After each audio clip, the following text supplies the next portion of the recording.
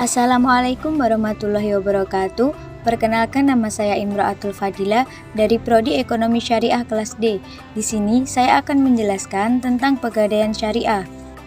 Sebelumnya, apakah pengertian dari Pegadaian Syariah itu? Pegadaian Syariah merupakan lembaga keuangan yang menyediakan transaksi pembiayaan dan jasa gadai berdasarkan prinsip syariah Islam. Transaksi hukum gadai dalam fikih Islam disebut juga dengan ar-rahan, yaitu suatu jenis perjanjian untuk menahan suatu barang sebagai tanggungan utang, yang dalam bahasa Arabnya adalah as-subut wa ad-dawam, yang berarti tetap dan kekal. Dan dari manakah dasar hukum gadai itu? Salah satu dasar hukum gadai yaitu yang pertama dari Al-Quran Surat Al-Baqarah ayat 283.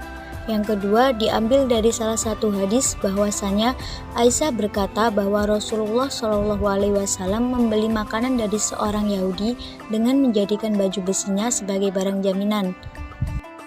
Yang berikutnya terdapat rukun gadai yang meliputi yang pertama sigat, yaitu ijab dan qabul atau kesepakatan yang dilakukan rohan dan murtahin dalam melakukan transaksi gadai.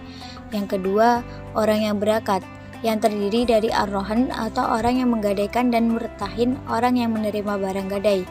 Yang ketiga, barang yang digadaikan atau al-marhun. Dan yang keempat, utang atau al-marhun bih, yaitu sejumlah dana yang diberikan murtahin kepada rohan atas dasar besarnya tafsiran dari marhun. Adapun juga syarat-syarat gadai. Yang pertama, syarat sigat. Menurut ulama Syafi'iyah, apabila syarat mendukung kelancaran akad, maka syarat tersebut diperbolehkan. Namun, apabila syarat bertentangan dengan tabiat akad gadai, maka syaratnya batal. Syarat yang kedua yaitu syarat yang terkait dengan orang yang berakad adalah cakap bertindak hukum. Maksud cakap bertindak hukum di sini menurut jumhur ulama adalah orang yang balik dan berakal. Sedangkan syarat yang ketiga yaitu syarat barang yang dijadikan jaminan harus barang yang dapat diperjualbelikan, memiliki nilai ekonomis, ada manfaatnya, diketahui secara jelas baik itu bentuk, nilai, jenisnya, dan barang jaminan itu milik sah orang yang berhutang. Yang keempat, syarat utang. Syaratnya utang itu boleh dilunasi dengan barang jaminan tersebut dan barang tersebut mempunyai manfaat. Adapun prinsip gadai menurut syariah. Yang pertama, prinsip tauhid. Prinsip ini menyatakan bahwa Tuhan adalah pemilik dari sisi alam dan manusia hanya diberi titipan dari segala yang ada di alam, termasuk harta benda.